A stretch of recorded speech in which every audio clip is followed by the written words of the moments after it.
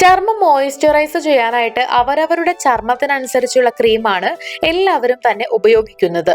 എന്നാൽ ഇന്ന് നമ്മൾ പരിചയപ്പെടാൻ പോകുന്നത് എല്ലാത്തരം ചർമ്മത്തിലും ഉപയോഗിക്കാൻ പറ്റുന്ന ഒരു ക്രീമാണ്. ഗ്രീൻ ടീ, ചൂടുവെള്ളം, കറ്റാർവാഴ ജെല്ല്,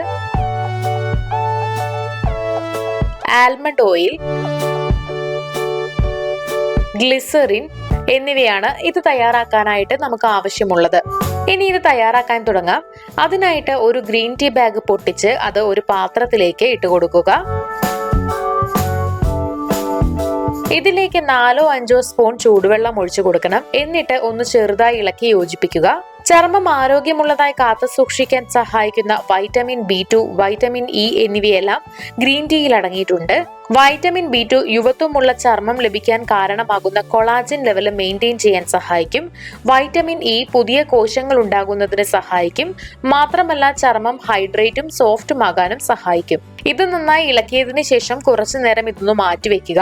അടുത്തതായിട്ട് മറ്റൊരു ബൗൾ എടുക്കാം. അതിലേക്ക് 2 സ്പൂൺ കറ്റാർവാഴ ജെൽ ചേർത്ത് കൊടുക്കുക. ഇനി ഇതിലേക്ക് 4-5 തുള്ളി ഗ്ലിസറിൻ കൂടെ ചേർത്ത് നന്നായി മിക്സ് ചെയ്ത് കൊടുക്കാം. കറ്റാർവാഴ ജെല്ല് പ്രകൃതിദത്തമായ മോയിസ്ചറൈസർ ആണ്. ഇതിൽ കൂളിംഗ് ഏജൻസ് ഉണ്ട്. ഇത് ചർമ്മം ശാന്തമാക്കും. ചർമ്മം യുവത്വമുള്ളതായിരിക്കാനും ഇത് സഹായിക്കും. ഗ്ലിസറിൻ ചർമ്മം ആഴത്തിൽ മോയിസ്ചറൈസ് ചെയ്യുകയും ചെയ്യും.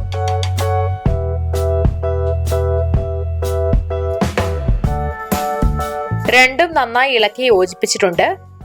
ഇനി ഇതിലേക്ക് 1 സ്പൂൺ ആൽമണ്ട് ഓയിൽ ഒഴിക്കുക. എന്നിട്ട് വീണ്ടും നന്നായി ഇളക്കി യോജിപ്പിക്കണം.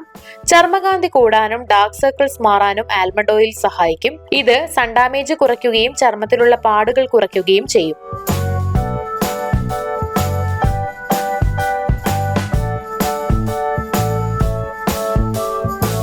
ഇവിടെ നന്നായി ഇളക്കി യോജിപ്പിച്ചിട്ടുണ്ട്.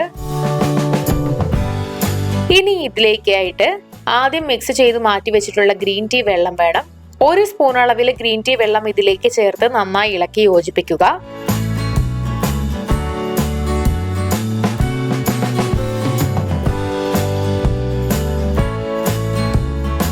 നന്നായി മിക്സ് ചെയ്ത് കഴിഞ്ഞിട്ടുണ്ടെങ്കിൽ ഇതൊരു കണ്ടെയ്നറിൽ മാറ്റി വെക്കാം. ക്രീം ഇവിടെ തയ്യാറായി കഴിഞ്ഞിട്ടുണ്ട്. നോർമൽ, ഓയിലി, ഡ്രൈ തുടങ്ങിയ എല്ലാ ചർമ്മമുള്ളവർക്കും ഇത് ഉപയോഗിക്കാം. കയ്യിലും മുഖത്തുമൊക്കെ ഇതുപോലെ അപ്ലൈ ചെയ്ത് കൊടുക്കാവുന്നതാണ്.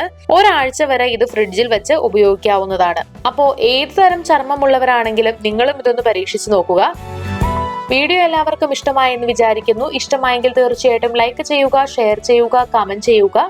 ഇതുപോലുള്ള കൂടുതൽ വീഡിയോകൾക്കായി സമയം മലയാളം സബ്സ്ക്രൈബ് ചെയ്യുക.